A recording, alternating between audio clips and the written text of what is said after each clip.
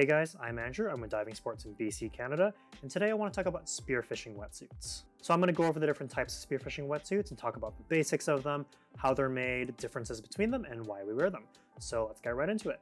Now the main reason why we wear spearfishing wetsuits is that it offers protection. It's going to keep you warm from cold water and also protect you from rocks or reef as you're swimming around. And depending on the wetsuit, it's oftentimes going to have camouflage, which is going to help you stay hidden from fish while you're hunting. We also wear spearfishing wetsuits for the loading pad that's on the chest, but we'll get to that in a minute. So let's start with the most common type of spearfishing wetsuit, and that's going to be the two-piece suit. So over here on the top, we've got the hood that goes over your head.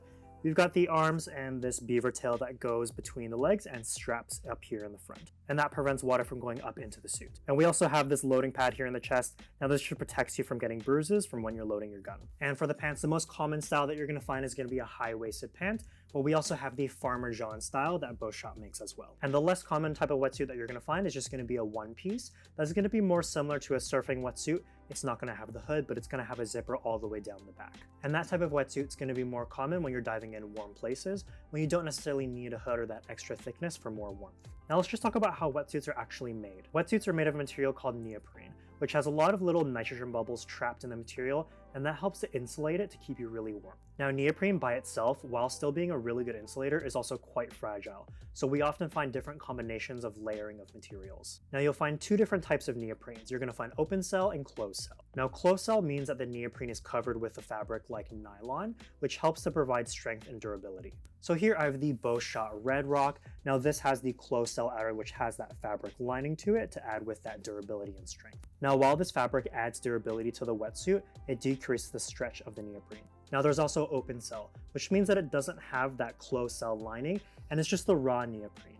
So this is most commonly going to be on the inside of the wetsuit, and this is going to help to insulate you and keep you really warm and comfortable. And because that doesn't have that extra lining there, it is going to be more fragile than the closed cell. Now typically with spearfishing wetsuits, you're going to find ones that have that closed cell outer and that open cell interior for that warmth and comfort. And this combination allows the suit to be really durable and hold up really well as you're diving around reef and rocks, but still be warm in the inside. Now there's also going to be wetsuits that are closed on the outside and the inside. And you're typically going to find this in a thinner thickness, which is more suited towards warmer climates when you're using the wetsuit more for its protection and loading pad as opposed to using it for warmth. Now you also have wetsuits that are the opposite. They're open on the outside and on the inside. So here I have the Epsealon Fusion skin, and now this is an open cell on the outside, which means it doesn't have that extra layer of protection, which means that this wetsuit is going to be more fragile, but what you lose in its durability, you're going to gain in that stretch. And it's also going to allow you to be more hydrodynamic with less friction. So this is going to be more common with people who are doing a lot of blue water hunting where they're not going to be around reef and rocks because it is more fragile, or for people who are diving off boats, just because this type of wetsuit doesn't stay wet when you get out of the water.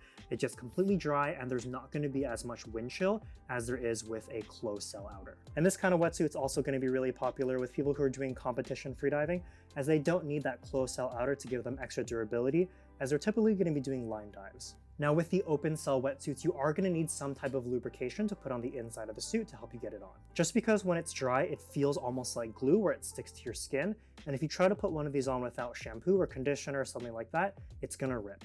So if you're going to get a wetsuit like this, you need to make sure that you take really good care of it, you lube up the inside while you put it on, and it's going to help to extend the life of it. Now with a closed cell wetsuit, you don't need any type of lubrication to put it on. It's really easy to put on because it has that fabric liner on the inside. Now while a closed cell wetsuit is easier to put on, it's not going to be as comfortable or keep you as warm as an open cell wetsuit. Now from there, let's talk about the different thicknesses of wetsuits. Now the most common thicknesses you're going to find is going to be 3.5, 5, and 7 millimeters. Now for warmer climates, you can often get away with a 3.5 mil or even something thinner than that. And if you're staying in the shallow waters, you can often get away with just a rash guard, which has a loading pad on the chest if you're using a gun. Just because you're not hitting those deeper depths, you don't have to deal with a thermocline, which is when the water gets colder the deeper you go. Now for colder water, you're going to want something in that 5 to 7 mil range. And here in Canada, we recommend that you use a 7 mil for our cold water. It's just going to keep you really nice and warm all year round. And keep in mind, the thicker your wetsuit, the more buoyant you're going to be, which means that you're going to have to use more weight. So you're going to have to use more weight on your belt if you're wearing a 7 mil versus if you're wearing a 3.5 mil. And from there, we have different types of camo. So the idea behind camo is it helps you to stay hidden from fish, which is really good for stealth hunting. And different people have different opinions of whether or not camo actually works. And personally, personally, I just picked the wetsuit that I think looks the coolest, because honestly, I don't think there's a point in doing this sport unless you look cool. Now you're also going to find different detailing in wetsuits at different price points. So I'm going to go over 3 different wetsuits at 3 different price points just to show you some differences, and at the lower end of price, we have the Beuchat Rocksea. Now the lower price doesn't mean that this isn't a good wetsuit. This is a great wetsuit. You're just going to find some different detailings at this price point. So we're going to find at the cutoffs of the wrist, the ankles, and the hood, there's not going to be any detailing there in terms of extra stitching or cuff. It's just going to be a straight cutoff of the neoprene. Now there's nothing wrong with this type of cuff, but compared to the other ones, you do have a higher risk of water entering your suit, which means you're not going to stay as warm. And at the mid-range point, we have the Epsealon Tactical Stealth. Now at this price point, we're going to see that they've done some extra detailing where they go ahead and put in this extra stitching at the cuffs and at the hood just to provide you with a better seal to help prevent water from entering your wetsuit. Now while this type of stitched cuff is going to be better than just the straight cut neoprene that we looked at with the other wetsuit, it's going to decrease the flexibility of the neoprene in the hood and the cuffs. It's just going to be a little bit more difficult and uncomfortable to put on and take off. And at the upper end of things, we have the Beuchat Redrock. So this wetsuit has open cell cuffs. Now they've taken the inside material of the open cell neoprene and brought that around to the outside of the cuff. Now this type of cuff is going to offer you the best in terms of sealing to keep water out, and it's going to be the most stretchy, so it's going to be the easiest to put on and take off. And at this price point, we also have this extra feature of this equalization pad in the hood. Now what this does is it prevents the wetsuit from sucking onto your ears as you're diving down to deeper depths, which can often make it more difficult for you to equalize. Now you'll often see that people poke holes in the hood of their wetsuit with like a hot nail, but this eliminates the need for that. And while most wetsuits come with high-waisted pants, Beuchat wetsuits come with Farmer John style pants. So this style of pants just goes up and over your shoulders. It helps keep you really warm. And if you decide that you don't want that extra material, Beuchat has their pre-cut system where they've given you a guide of where to cut, just so you can convert these into high-waisted pants. And spearfishing wetsuits will often have some type of protection pads on the knees and in the elbows, which are high wear areas and more prone to damage as you're spearfishing. And from there, we also have gloves and socks. So if you're diving in warmer waters, you can often get away with just a simple thin Dyneema glove. And this kind of glove is going to give you protection from cuts and scrapes from the reef and rocks and even fish. Now if you're diving in colder water, you're going to need something a little bit thicker just to give you extra warmth, just like these Beuchat gloves. Now these are the ones that I use personally. They're really nice and thick, they keep me really warm, and they've got this open cell lining in between these 2 pieces of neoprene, which helps prevent water from going up while keeping you really warm.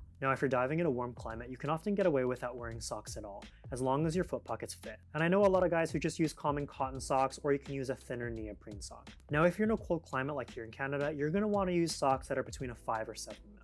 Now this extra thickness is going to help you stay warm, but you're going to have to go up a size in your foot pockets, just because they're a lot thicker than your standard sock. Alright, that's it for the video guys. Thanks for watching. Don't forget to hit that like button and subscribe, and stay tuned for more.